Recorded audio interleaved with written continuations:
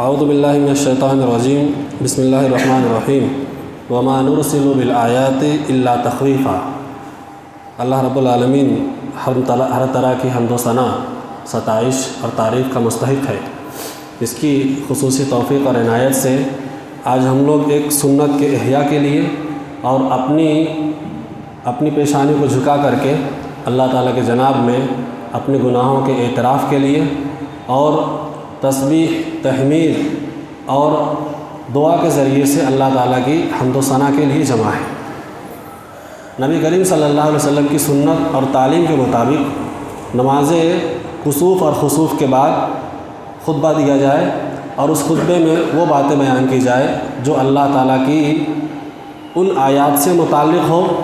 جس کے ذریعے سے بندوں کے دل لرزیں اور ان کو آخرت کی یاد آئے اور اپنے انجام اور اپنی آخرت کو وہ یاد کریں۔ اس سلسلے میں رسول اللہ صلی اللہ علیہ وسلم کے زمانے میں ایک مرتبہ سورج گرہن لگا اور آپ کی پوری زندگی میں جو نبوت کے بعد کی ہے یہ سورج گرہن بس ایک ہی مرتبہ لگا، اور وہ اس دن لگا جس دن نبی کریم صلی اللہ علیہ وسلم کے بیٹے ابراہیم رضی اللہ عنہ کی وفات ہوئی، جو بچپن ہی میں وفات پا گئے۔ جس دن وفات ہوئی اسی دن سورج گرہن لگ گیا۔ تو مشرکین مکہ نے یہ کہا ان کے اپنے عقیدے کے مطابق کہ ابراہیم کی وفات کی وجہ سے، نبی صلی اللہ علیہ وسلم کے بیٹے کی موت کی وجہ سے سورج کو گرہن لگ گیا۔ نبی کریم صلی اللہ علیہ وسلم نے خطبہ دیا اور اس خطبے میں یہ بات بیان کی کہ جو سورج اور چاند ہے آیتان من آیات اللہ، ان الشمس والقمر آیتان من آیات اللہ، یہ سورج اور چاند اللہ کی نشانیوں میں سے نشانی ہیں، لہٰذا کسی کی زندگی سے اور کسی کی موت سے اس کو گرہن نہیں لگتا، بلکہ اس کے ذریعے سے اللہ تعالیٰ اپنے بندوں کو ڈراتا ہے۔ یہ روایت صحیح بخاری میں موجود ہے، کتاب الکسوف میں۔ اس روایت سے بات معلوم ہوتی ہے کہ سورج اور چاند کا گرہن لگنا، ان کی روشنی کا مدھم پڑ جانا، کسوف کہتے ہیں کہ اس میں روشنی اتنی کم ہو جائے جس سے اندھیرا چھا جائے۔ ابھی آپ دیکھ رہے ہیں باہر اگر نظر آئے تو بالکل اندھیرا چھا گیا۔ اور خسوف کہتے ہیں کہ صرف اس میں روشنی کم ہو لیکن اس میں اندھیرا نہ چھائے۔ تو یہ چاند اور سورج کا اندھیرے میں آ جانا یہ اللہ تعالیٰ کی قدرت کاملہ کی ایک طریقے سے نشانی ہے، اور اس میں غور طلب بات کئی ایک ہے۔ ایک تو یہ کہ جو لوگ سورج اور چاند کی پرستش کرتے ہیں ان کو اس بات کا درس دیا جائے، بتایا جائے کہ یہ سورج اور چاند خود مالک نہیں ہیں، اختیار نہیں رکھتے، یہ اللہ تعالیٰ کے اختیار میں ہیں، یہ اللہ تعالیٰ کے مقرر کردہ طریقے اور نظام کے مطابق چلتے رہتے ہیں، اور جب اللہ تعالیٰ چاہتا ہے تو ان کی روشنی کو کم کر دیتا ہے، ان کی روشنی کو چھین لیتا ہے۔ لہٰذا نہ یہ نفع کا اختیار رکھتے ہیں نہ نقصان کا اختیار رکھتے ہیں، نہ ہی کسی طریقے سے اللہ تعالیٰ نے ان کو کوئی قوت دی ہے، لہٰذا ان کی پرستش نہیں کی جا سکتی۔ اس طریقے سے ان تمام لوگوں کو جو اللہ کے علاوہ کسی مخلوق کی پوجا کرتے ہیں، چاہے وہ قبر ہو، چاہے وہ آگ ہو، چاہے وہ کوئی نبی ہو، کوئی فرشتہ ہو، کوئی اور بھی مقرب شخصیت ہو، کہ وہ اللہ تعالیٰ کے مقابلے میں کسی طرح کی نفع اور نقصان کا کوئی اختیار نہیں رکھتے، لہٰذا عبادت کو اللہ کے لیے خاص کیا جائے۔ یہ کسوف اور خسوف کا ایک طریقے سے بہت ہی بنیادی پیغام ہے، اور اس میں دوسری بات یہ کہ اللہ کے نبی نے فرمایا کسی کی زندگی اور کسی کی موت سے اس کا کوئی تعلق نہیں ہے۔ یہ کیا ہے؟ یہ خالص اللہ کی نشانی ہے، اور یہ اللہ تعالیٰ کا کوئی عذاب نہیں ہوتا، جیسا کہ بعض لوگ یہ سمجھتے ہیں کہ سورج اور چاند میں جب روشنی کم ہوتی ہے یا گرہن لگتا ہے تو ان کو اللہ کا عذاب ہوتا ہے۔ اللہ کا عذاب نہیں ہے، یہ ایک نشانی ہے، اور اس میں ہمارے لیے ڈر کا پیغام اور ڈر کا ایک طریقے سے درس و سبق موجود ہے، جیسا کہ قرآن کی آیتوں میں اذا الشمس کورت، اذا السماء انفطرت، اذا السماء انشقت، ان تینوں صورتوں میں آپ دیکھیں گے تو اس چیز کا آپ کو بیان ملے گا۔ اس طریقے سے امام بخاری رحمہ اللہ نے، جیسا کہ میں نے نماز عصر کے بعد درس میں ذکر کیا تھا، کہ اللہ تعالیٰ کے خوف کے ساتھ ساتھ اس میں اس بات کا بیان ہے کہ آدمی اپنے آپ کو برائی اور بدکاری سے روکے رکھے۔ میں نے کہا تھا کہ بتاؤں گا کہ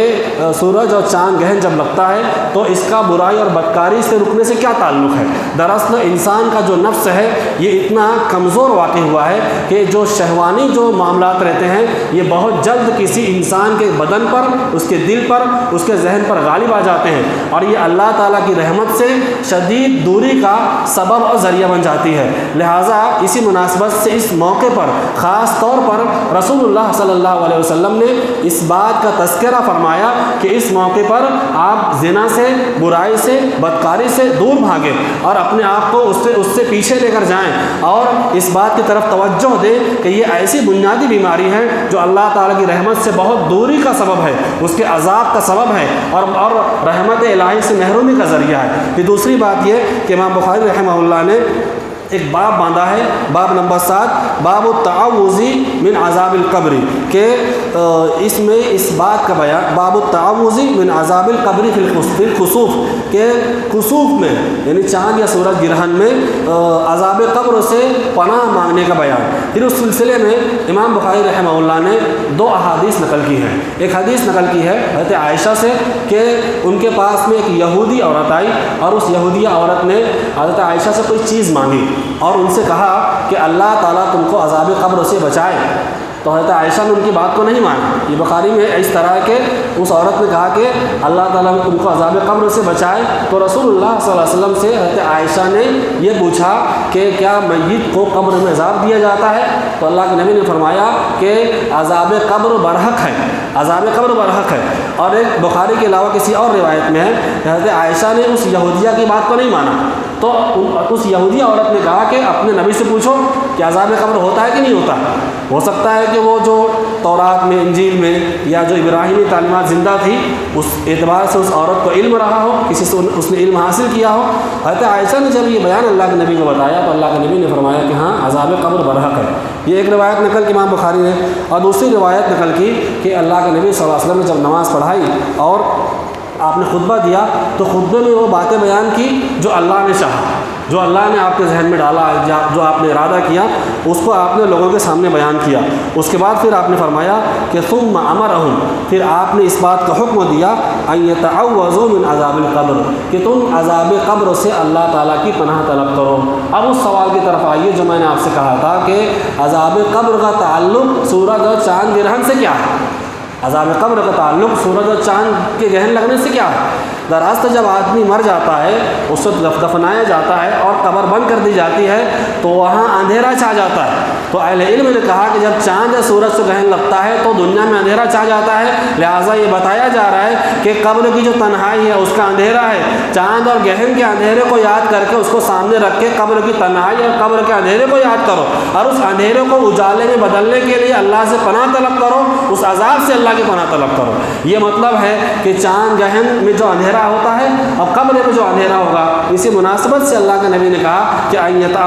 ثم امرہم، اللہ کے نبی نے حکم دیا کہ اس موقع پر خاص طور پر عذاب قبر سے پناہ طلب کی جائے۔ امام بخاری نے ایک روایت نقل کی تھی کسی باب کے تحت میں، تو اس میں ایک جملہ ہے حدیث کے اندر کہ اللہ کی قسم جو میں جانتا ہوں اگر تم جان لو تو بہت کم ہنسو گے اور بہت زیادہ رو گے۔ یہ روایت عام طور پر ہم سنتے ہیں، لیکن اللہ کے نبی صلی اللہ علیہ وسلم یہ کہہ رہے ہیں کہ جو میں نے دیکھا ہے، عذاب قبر کے جو معاملات میں نے دیکھے، عذاب جہنم کے جو معاملات میں نے دیکھے ہیں، اگر وہ چیز تم جان جاؤ تو بہت کم ہنسو گے اور بہت زیادہ رو گے۔ تو اس موقع پہ خاص طور پر یہ پیغام ہے کہ اللہ کے نبی صلی اللہ علیہ وسلم تسبیح پڑھتے، آپ تکبیر پڑھتے، اپنے اللہ کی کبریائی کا اعتراف کرتے، اپنی پیشانی کو جھکا دیتے، آنکھوں سے آنسو بہاتے، گناہوں کو اللہ کے جناب میں پیش کرتے، رحمت کا سوال کرتے، بخشش کا سوال کرتے، اس سے دعا کرتے، صدقہ و خیرات کرتے، اور آپ ان تعلیمات کو جو میں نے بہت مختصر میں آپ کے سامنے بیان کی ہے اس کو آپ لوگوں کے سامنے رکھا کرتے تھے۔ آپ ایک طریقے سے قرآن کی جو میں نے آیت کا آپ کو حوالہ دیا سورہ الشمس کا، اذا الشمس کوورت، جسے کوورت بھی کہا جاتا ہے، اور سورہ انفطار، اذا السماء انفطرت، اور سورہ انشقاق۔ اس میں سورہ انفطار کا آپ صرف ترجمہ دیکھیں آپ کے رونگٹے کھڑے ہو جائیں گے۔ اللہ تعالیٰ فرماتا ہے اذا السماء انفطرت، جب قیامت قائم ہوگی تو یہ آسمان پھٹ جائے گا۔ اللہ کے غیظ و غضب سے، اہل تفسیر کہتے ہیں کہ اللہ کے غیظ و غضب سے یہ آسمان پھٹ جائے گا۔ ایک بادل پھٹتا ہے تو ایک علاقے میں کتنی تباہی مچتی ہے، ایک راکٹ پھٹتا ہے تو دل دہل جاتا ہے۔ اگر اس طرح کا کوئی دھماکہ ہوتا ہے تو ہمارا دل اور دماغ مضطرب اور بے چین ہو جاتا ہے۔ جب یہ پورا آسمان جو بنا کسی شگاف کے، بنا کسی سوراخ کے کھڑا ہے، جب یہ پھٹے گا تو اس میں کیسا دھماکہ ہوگا اور مخلوق کس طریقے سے اس میں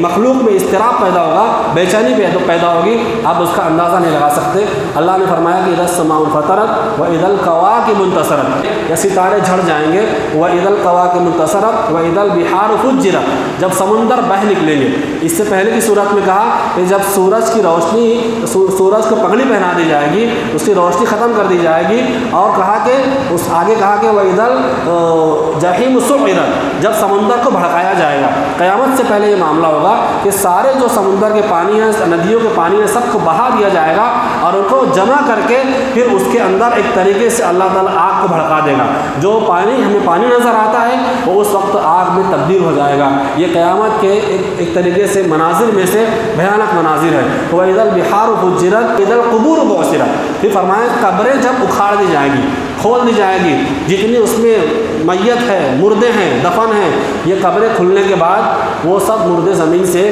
نکل پڑیں گے۔ وَإِذَا الْقُبُورُ بُعْثِرَتْ، اور اس کے بعد کہا کہ عَلِمَتْ نَفْسٌ مَا قَدَّمَتْ وَأَخَّرَتْ، انسان جب یہ جو کچھ اس نے آگے بھیجا ہے، جو کچھ اس نے عمل کیا ہے پیچھے آگے، وہ سب انسان اس کو جان لے گا۔ یا ایھا الانسان، یا ایھا الانسان ما غرک بربک الکریم، اللہ نے فرمایا کہ اے انسان، تو اس کو اپنے رب سے، اپنے کریم رب سے کس چیز نے غافل کر دیا؟ یہ مجھ سے اور آپ سے سوال ہے۔ دنیا کی دھن دولت نے، خواہشات نفس نے، دنیا کی زیبائش اور آرائش نے، کاروبار نے، بیوی بچوں نے، آل اولاد نے، اور دنیا کی ان رنگینیوں نے جو عارضی ہے، تم کو ان چیزوں نے کیا، تم کو کون سی چیز ہے جس نے تم کو اپنے کریم رب سے جو کرم فرماتا ہے، اگر تمہارے گناہوں پہ تمہاری پکڑ کرنا چاہے تو تم کو زمین میں کوئی جاندار نہ بچے، وہ اللہ تعالیٰ اتنا کریم ہے، تم کو اس کریم رب سے کس نے غافل کر دیا؟ اس کے بعد اللہ تعالیٰ نے آگے کچھ چیزوں کا بیان کیا کہ اللہ تعالیٰ نے تمہاری صورت کو جس طرف چاہا، ننیال میں ددیال میں اللہ نے اس کو ڈھال دیا، اور اس کے بعد کہا کہ تمہارے اوپر عزت والے کرامن کاتبین فرشتے مقرر ہیں۔ یہ فوراً کہا کہ ان الابرار لفی نعیم و ان الفجار لفی جحیم، جو نیک لوگ ہوں گے وہ نعمتوں میں ہوں گے، اور جو برے، فاسق، فاجر، بدکار لوگ ہیں وہ جہنم میں جائیں گے۔ یصلونها یوم الدین، اس دن وہ اس میں داخل ہوں گے، بدلے کے دن۔ وما هم عنها بغائبین، وہاں سے وہ غائب نہیں ہو پائیں گے۔ لاکھ وہ خواہش کرے، معذرت پیش کرے، فدیہ پیش کرے، روئے، چلائیں، چیخے، کوئی چیز وہاں قابل قبول نہیں ہوگی، وہاں سے وہ غائب نہیں ہو پائیں گے۔ اس کے بعد اللہ تعالیٰ نے آگے فرمایا یوم لا تملک نفس لنفس شیئا، اس دن کوئی نفس کسی نفس کا مختار نہیں ہوگا، اختیار نہیں ہوگا کسی نفس کو کسی نفس کے بارے میں کہ اس کو چھوڑا لیں، اس سے سفارش کر لیں، اس کو جہنم سے بچا لیں۔ کسی نفس کو کسی نفس کے بارے میں اس دن کوئی اختیار نہیں ہوگا۔ والامر یومئذ للہ، اس دن جو امر ہوگا، جو حکم ہوگا، صرف اللہ تبارک و تعالیٰ کا ہوگا۔ اسی معنی کو سورہ زلزال میں اللہ تعالیٰ نے بیان کیا، اذا زلزلت الارض زلزالہا، جب زمین پوری طریقے سے جھنجھوڑ دی جائے گی اور اپنے جو خزانے ہیں، زمین میں جو چیزیں ہیں اس کو باہر نکال پھینکے گی، انسان کہے گا کہ اس کو کیا ہو گیا ہے، اور لوگ وہاں جماعت در جماعت اللہ تعالیٰ کی طرف پلٹیں گے، وہاں حاضر ہوں گے۔ انسان کو کیا ہوگا کہ اشتاتا لیروا اعمالہم، اپنے اعمال کو وہاں دیکھیں گے، اس لیے اپنے اعمال کو بہتر بناؤ۔ تینوں صورت کے اندر، سورہ اذا الشمس کورت میں، اذا السماء انفطرت میں، اور اذا السماء انشقت میں، اور سورہ زلزال میں، چاروں صورتوں میں اللہ نے اس ایک مضمون کو دہرایا ہے کہ اس دن انسان اپنے عمل کو دیکھے گا، لہٰذا جیسا انسان کا عمل ہوگا وہ ویسے ہی انجام سے دوچار ہوگا۔ تو اللہ نے فرمایا کہ فَمَن يَعْمَلْ مِثْقَالَ ذَرَّةٍ خَيْرًا يَرَهُ، جو آدمی ذرہ برابر نیکی کرے گا وہ اس کو بھی دیکھ لے گا۔ وَمَن يَعْمَلْ مِثْقَالَ ذَرَّةٍ شَرًّا يَرَهُ، جو آدمی ذرہ برابر برائی کرے گا وہ اس کو بھی دیکھ لے گا۔ یہ آیت کریمہ جو ہے اس آدمی کے بارے میں نازل ہوئی جو صدقہ کرنے سے پیچھے رہتا ہے، اس کو معمولی سی نیکی سمجھتا ہے، اس سے پیچھے رہتا ہے، تو کہا گیا کہ جو آدمی کوئی خیر کرے گا ذرے کے برابر اس کو بھی دیکھ لے گا۔ اور وَمَن يَعْمَلْ مِثْقَالَ ذَرَّةٍ شَرًّا يَرَهُ، یہ اس آدمی کے بارے میں کہا گیا ہے جو کسی گناہ کو ہلکا سمجھتا ہے۔ لہٰذا سلف میں سے کسی نے کہا کہ جو گناہ بندے کی نگاہ میں بڑا ہوتا ہے وہ گناہ اللہ کے یہاں ہلکا ہوتا ہے، اور جو گناہ بندے کی نگاہ میں چھوٹا ہوتا ہے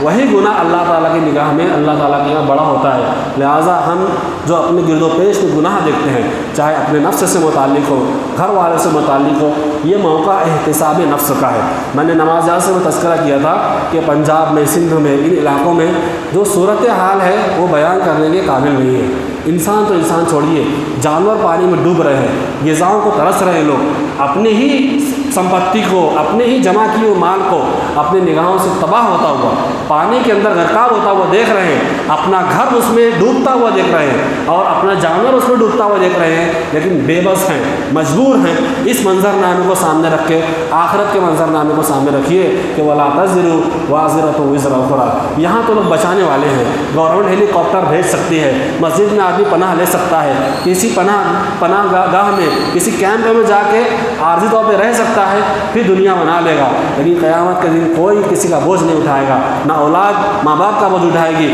نہ ماں باپ اولاد کا بوجھ اٹھائیں گے، نہ کوئی دوست کسی دوست کا بوجھ اٹھائے گا۔ وَتَقَطَّعَتْ بِهِمُ الْأَسْبَابُ، اللہ تعالیٰ فرماتا ہے کہ اس دن ہم سارے اسباب کو کاٹ دیں گے۔ ہر انسان جب مرتا ہے تو ایک سفید کفن میں